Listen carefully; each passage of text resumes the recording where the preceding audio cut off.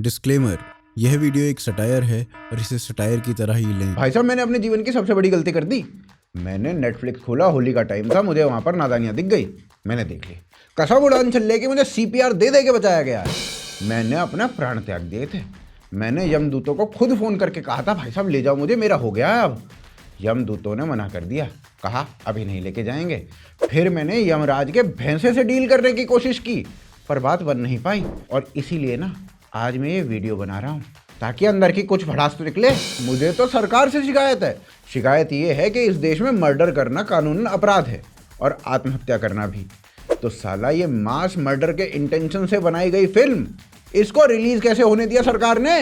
और साले जो लोग खुद इस फिल्म को खुद देख रहे हैं वो तो आत्महत्या की कोशिश है। भाई साहब, इन्हें अरेस्ट कर लेना चाहिए सालों को। नेटफ्लिक्स पे लगभग 39 लाख लोगों ने ये फिल्म देख ली है। भाई साहब, कितना गम है इस देश में। और उस 39 लाख लोगों में एक मैं भी हूं। मतलब ये नहीं होता कि उन्होंने कोई तकलीफ नहीं, मेरे साथ तो एक पंगा ये भी था ना कि मैं पिछले कुछ दिनों से जॉन एलिया की शायरी पढ़ और सुन रहा था, और साला बिना गर्लफ्रेंड के मुझे ये लग रहा था कि मेरी वाली तो मुझे छोड़ गई है। अब तो मौत ही एक ऑप्शन बचा है। नहीं मतलब, अब मुझे चैन क्यों नहीं मिलता, एक ही शख्स है जहां में क्या, या फिर हम दोनों ने एक ही शख्स को बर्बाद किया, उसने मुझे और मैंने खुद को, या फिर जो गुजारी ना जा सके हमने वो जिंदगी गुजारी है, या फिर मैं बहुत ही अजीब हूँ, इतना अजीब कि खुद को तबाह कर लिया और कोई मलाल भी नहीं। भाई साहब, ये पढ़ने के बाद बंदा खुद अपनी बंदी को कहे प्लीज मुझे छोड़ दे, मुझे ये सब एक्सपीरियंस करना है कि ये जो लिख रहा है वो आ कहाँ से रहा है। ओह अच्छा, नादानिया की बात में जॉन एलिया कहाँ से आ गया? हाँ, लॉजिकल हो रहे हो, लॉजिकल हो रहे हो। भाई इतना लॉजिकल वो आदमी नहीं हुआ जिसने ये फिल्म बनाई, और मैं वीडियो में लॉजिक दिखाऊं? भाई जब वो फिल्म के बीच में औरी को पता नहीं कहां से ले आया और क्यों ले आया, तब मैं तुम्हें क्यों बताऊं कि मैं जॉन एलिया को कहां से ले आया और क्यों ले आया? भाई साहब, मेरे हिसाब से तो करण जौहर से लेकर इब्राहिम अली खान और खुशी कपूर सब पे ना टाड़ा लगा देनी चाहिए। नहीं मतलब, वैसे तो संविधान ने इस कानून को हटा दिया है, पर केवल इस पिक्चर को बनाने के लिए इस कानून को वापस लाना चाहिए और इन पर लगा देना चाहिए। भाई एक फिल्म में कुछ तो होता है, story, acting, cinematography, dance, comedy, logic, picturisation, मतलब कुछ तो होता है। ये दुनिया की इकलौती फिल्म है जिसमें कुछ भी नहीं है। इस फिल्म में इब्राहिम अली खान डिबेट कंपटीशन का कप्तान बनना चाहता है और उसके लिए दूसरे बंदे से डिबेट करता है। और कमाल की बात यह थी कि डिबेट के लिए कोई टॉपिक ही नहीं था। मतलब ऐसा हरामी बना था कि इब्राहिम अली खान डिबेट इसलिए जीत गया क्योंकि उसकी एब्स थी। इसके राइटर से ना मोदी जी 2 मिनट बात करना चाहते हैं। इसका राइटर जरूर राहुल गांधी की स्पीच लिखता होगा। और ये जो दिखाया गया ना कि एब्स दिखा के डिबेट कंपटीशन जीत गया, ये डायलॉग के रूप में खुशी कपूर से बुलवाया भी गया है कि वाओ, एक ऐसा तगड़ा लड़का जो एब्स दिखा के डिबेट कंपटीशन जीत जाता है, मैं तो इसी से ही पटूंगी। डिबेट टीम में किसी को बॉडी दिखा के जीतते हुए पहली बार देखा है। भाई साहब, नादानियां जो है ना वो फिल्म का नाम नहीं है। इस फिल्म को बनाना एक नादानी है, और ये नादानी बहुवचन में की गई है, इसीलिए फिल्म का नाम नादानियां रखा गया है। और इनकी इस नादानी के लिए एक शेर याद आ गया है, ऐसी कहानी लिखूंगा अब के और फिल्म में उड़ा दूंगा घोड़े, लॉजिक जाए भाड़ में, स्टार किड्स की बल्ले बल्ले। बस इसी शेर की तरह ही इस पूरी फिल्म की कहानी है। पर चलिए आज ना इस फिल्म को ढंग से बेलेंगे। You are watching the book show.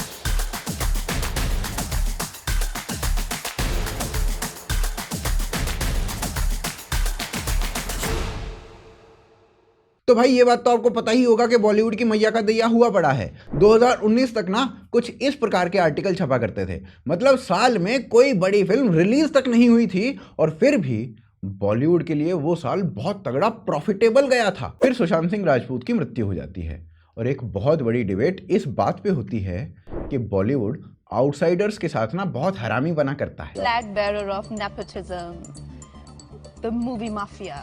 आपने कह दिया कि ये 4-5 खानदान है जो फिल्म इंडस्ट्री चलाते हैं। तो ये तो बात सच है। कहीं ना कहीं मेरी भी अपॉर्चुनिटीज कई बार ऐसे गई हैं जहाँ पे मुझे ऐसा लगा कि maybe I should have gotten the opportunity rather than someone who is from the family. कुछ लोगों की स्ट्रगल BMW में होती है, उनकी शुरुआत फिल्म के टॉप 2-3 डायरेक्टर्स देश के शुरुआत होती है। मैं 250 ऑडिशन दे के आया हूँ। I think everybody has their own struggle, सबका स्ट्रगल अलग होता है, बट डिफरेंस यही है कि जहाँ हमारे सपने पूरे होते हैं वहाँ इनका स्ट्रगल शुरू होता है। तो भाई साहब, जब नेपोटिज्म पे इतनी तगड़ी डिबेट चल रही थी और उसे सुशांत सिंह राजपूत से भी जोड़ के देखा जा रहा था और लोग इंडस्ट्री के विरुद्ध खड़े हुए थे, तो इंडस्ट्री ने इस डिबेट को अंत करने के लिए पता है क्या किया? इब्राहिम अली खान और खुशी कपूर को लॉन्च कर दिया। भाई साहब, सुशांत सिंह राजपूत के बाद ना अब हम 2025 में खड़े हैं। जून में सुशांत सिंह राजपूत की मृत्यु को 5 साल पूरे हो जाएंगे और इन 5 सालों में बॉलीवुड ने पता है कितने स्टार किड्स लॉन्च किए हैं? सुहाना अली खान, खुशी कपूर, अगस्त्य नंदा, इन तीनों को आर्चीज नाम की एक ही फिल्म में लॉन्च कर दिया गया, वो भी जोया अख्तर के द्वारा। इस फिल्म को देख के ना लोगों ने खून की उल्टियां की थी, खून की उल्टियां। सुहाना अली खान ने फिल्म मिलने से पहले बता दिया था कि वो ना इंटेंस वर्कआउट करती हैं और ये उनकी स्ट्रगल है। क्या दीदी, क्या आपने कभी किसी को काम मांगते हुए देखा है? मतलब आप खुद तो क्यों ही मांगोगी, पर किसी को देखा है? मतलब उस आदमी में अगर पूरा टैलेंट हो और उसके बावजूद भी उसे काम ना मिल रहा हो, हफ्तों तक खाने के लिए कुछ ना मिल रहा हो और फिर भी रोज उठकर वो काम पर ना काम मांगने जा रहा हो और उसको पता हो कि आज भी नहीं मिलेगा काम और फिर भी वो लगातार काम मांगने जा रहा हो और जाते ही जा रहा हो, वो होती है स्ट्रगल। आपका स्ट्रगल इतना है कि आपको एक्टिंग ना आते हुए भी एक्टिंग करनी पड़ रही है और उस एक्टिंग करने के लिए आपको बड़े बड़े प्रोडक्शन हाउसेस, बड़े बड़े डायरेक्टर सब मिल रहे हैं और बड़ा सारा मेहनताना भी मिल रहा है। आपने जो अपनी एक्टिंग में हमें स्ट्रगल करके दिखाया है ना, तो स्ट्रगल की असली डेफिनेशन समझाने के लिए धन्यवाद। फिर इसी बीच में ना सुनील शेट्टी का लड़का अहान शेट्टी भी लॉन्च कर दिया गया था और भाई साहब इतना भयंकर काम था उस आदमी का कि उसके बाद तो अन्ना ने भी खुद कह दिया कि अब नहीं दूंगा मैं तुझे काम। सनी देओल के लड़के करण देओल की एक फिल्म आई थी पल पल दिल के पास 2019 में, वो ना बुरी तरीके से फ्लॉप हुई थी और सब ने करण देओल की एक्टिंग का लोहा मान लिया था और कहा था बस अब इस लोहे को हमारे सर पर देके मत मारना। फिर भी 2021 में वेले बनाई गई और थोड़े बहुत टाइम में ना अभी देखना जरा आ जाएगी। वीर पहाड़िया को भी अभी लॉन्च किया गया, वो भी सीधा अक्षय कुमार के साथ। गजब। और भाई ने डांस के नाम पे जो लंगड़ी टांग खेल खेल के पूरे देश से रीलें बनवाई हैं, वो गजब था भाई साहब, बहुत गजब था। और अगर किसी को ये लग रहा हो कि ये आउटसाइडर है, तो भैया वीर पहाड़िया सुशील कुमार शिंदे का पोता है। वो सुशील कुमार शिंदे जो कभी महाराष्ट्र का सीएम रहा है, वो सुशील कुमार शिंदे जो कभी भारत का होम मिनिस्टर रहा है, वो सुशील कुमार शिंदे जिसने कभी हिंदू आतंकवाद की बात कही थी, उनके पोते हैं भाई साहब, आए बड़े आउटसाइडर वाले। इससे अभी थोड़े टाइम पहले नेपोटिज्म पे एक क्वेश्चन पूछा गया, उस इंटरव्यू में पता है क्या हुआ, देख लो। इब्राहिम अली खान को अभी धर्मा प्रोडक्शन कहा अनाउंस किया है कि वो नेक्स्ट मूवी में लॉन्च होने वाले हैं, तो आपको नहीं लगता है कि करण जौहर ऐसा पर्पसली कर रहे हैं कि लाइक उनको ऐसा कहा जाता है कि वो नेपो किड को ही लॉन्च करते हैं? नहीं, पर लेट हिम आंसर ना, it's like normal. Like obviously इनको भी ऐसा नेपोटिज्म और प्रिविलेज को लेकर के बोला जाता है, तो लेट हिम क्लियर कि हाँ नहीं एक्चुअली में क्या होता है। I don't think we need to answer that. Okay, we'll leave it for next time. Aamir Khan के बेटे से लेकर अजय देवगन के नेफ्यू जिसका नाम हमें नहीं पता और रवीना टंडन की लड़की जिसका भी नाम हमें नहीं पता, इन सब को लॉन्च कर दिया गया है। और कितने आउटसाइडर्स लॉन्च हुए इन सालों में वो आप भी जानते हैं, हम भी जानते हैं। चलो स्टार किड्स ही लॉन्च होंगे, ठीक है मान लिया, पर एक्टिंग तो सिखा दो कमबख्तों को। चलो एक्टिंग भी मत सिखाओ, हिंदी तो सिखा दो कमबख्तों को। हिंदी बोल रहे होते हैं तो लगता है कौवे ने मुंह से हक दिया हो, ना डिक्शन है ना प्रोनाउंसिएशन। आधे टाइम तो ऐसा लग रहा होता है कि रटा रटाया कुछ पढ़ दिया है। और कसम उड़ान छल्ले की, ये जो नए नए एक्टर्स अभी लॉन्च हुए ना पिछले 4-5 सालों में, इन्हें देखने के बाद मुझे तुषार कपूर, फरदीन खान, चंद्रचूड़ सिंह, दीनो मौर्य, सबके लिए इज्जत बढ़ चुकी है भाई साहब मेरे मन में, सबके लिए। पर ऐसा मैं क्यों बोल रहा हूँ ना, वो मैं आगे बताऊंगा। उससे पहले हम ग्राम दर्शन देख लेते हैं क्योंकि असली न्यूज वहीं से मिलती है।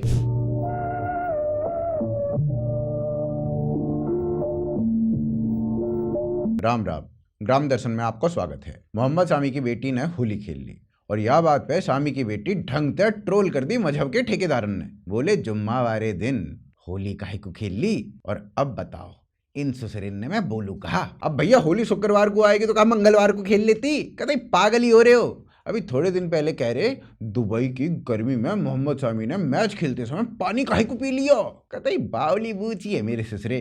कैफ ने क्रिसमस मना ली तो वह गाली बक दी। इरफान पठान ने रक्षाबंधन मना लिया तो इस्लाम के खिलाफ होगा। और कैफ ने सूर्य नमस्कार कर दिया तो भैया इस्लामी खतरे में आ गो। मतलब भैया वैसे तो गंगा यमुनी तहजीब करते रहो, और गंगा यमुनी तहजीब में काई ने रक्षाबंधन मना लिया, होली मना ली तो आकी टांट पे चढ़ जाओ। भैया मोर समझ में नहीं आ रही है। वैसे तुम कहते रहो कि बाबर अपनी टांट पे धर के यमुना जी लाओ और यहाँ आके बिछा दी और कह रहे हो यमुना जी आप बहलो मैं अभी घूम के आऊं। भैया गजब के बावली बूच आदमी है। ऐसा करें अगले टॉपिक पे चले हैं। छावा ने डोमेस्टिक सर्कल में 546 करोड़ रुपया कमा लिए। छावा पठान ते ऑलरेडी आगे निकल चुकी है और अगला टारगेट एनिमल है। चलो बॉलीवुड को कुछ तो भलो हो, ऐसी 2-4 फिल्म आ गई तो बॉलीवुड थोड़ा बहुत प्रॉफिट में चलो जाएगा भैया। नैकादसो ना तो मुँह तो उम्मीद कमी लग रही है। पहले तो कम से कम फिल्म बनाने को और मार्केटिंग को ही पैसा खर्च हो गया उनको, अब ससुरे टिकट भी खुद ही खरीद रहे हैं। कोमल जी मेरे सिनेमा में 40 टिकटें बिकी है, 300 सीटर है। फोन आया कि कितनी टिकटें बिक गई, 40, 260 बची है, 260 आप हाउसफुल का बोर्ड लगा दो आपके अकाउंट में पैसे आ रहे हैं। ही सिंह 5 मिनट में 260 टिकटों के पैसे मेरे अकाउंट में आ गए, मैंने हाउसफुल का बोर्ड लगा दिया। अब खेल समाचार। चैंपियंस ट्रॉफी की जीत के बाद रोहित शर्मा की टेस्ट की कप्तानी बचगी दिख है। रिपोर्ट आ रही है कि रोहित शर्मा इंग्लैंड के दौरे पे भी कप्तान रहेगा। तो भैया ये है अब तक के मुख्य समाचार। अब मैं चलूं मेल लेके तुम कुआं पढ़ो।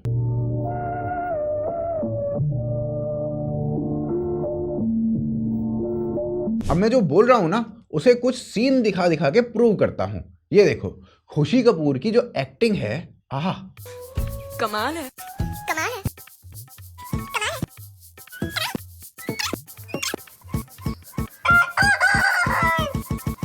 होली पे मुर्गा छाप गुलाल लेने के बाद मुर्गा छाप एक्टिंग एकदम फ्री।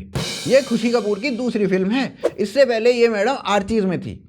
इस एक्टर को भी दूसरी फिल्म मिल रही है, वो भी बड़े बजट की, वो भी बड़े प्रोडक्शन हाउस की। स्ट्रगल देख रहे हो आप? अरे अभी कहाँ स्ट्रगल देखी, असली स्ट्रगल तो अब दिखाता हूँ। मैं तुम्हें कैंसिल करती हूँ। चिल, तू वैसे भी मेरे टाइप की नहीं है। स्टूपिड। मैं तुमसे कहीं ज्यादा स्मार्ट हूँ। चलते फिरते साइंस की टेक्स्ट बुक। ये जो डायलॉग मारने में स्ट्रगल हो रही है ना, असली स्ट्रगल यही है। नेटफ्लिक्स पे लोगों ने 2.5x पे ये फिल्म देखी है। डायरेक्टर बिल्कुल नहीं चाहता था कि आप इब्राहिम अली खान की एक्टिंग को देखें, इसलिए भाई ने उसके एक सेंटेंस के डायलॉग में 8 कट मार के आजू बाजू के जितने लोग दिखा सकता था सबको दिखा दिया है। कई बार तो पेड़ पौधों को भी दिखा दिया है। और जिसमें डायरेक्टर ने ऐसा नहीं किया है ना, उसमें भाई ने ऐसा हगा है कि वो देखा भी नहीं जाता। और फिल्म के गाने भाई साहब इतने तगड़े कि उन्हें सुनने के बाद अब मुझे ये वाला गाना अच्छा लगने लगा है।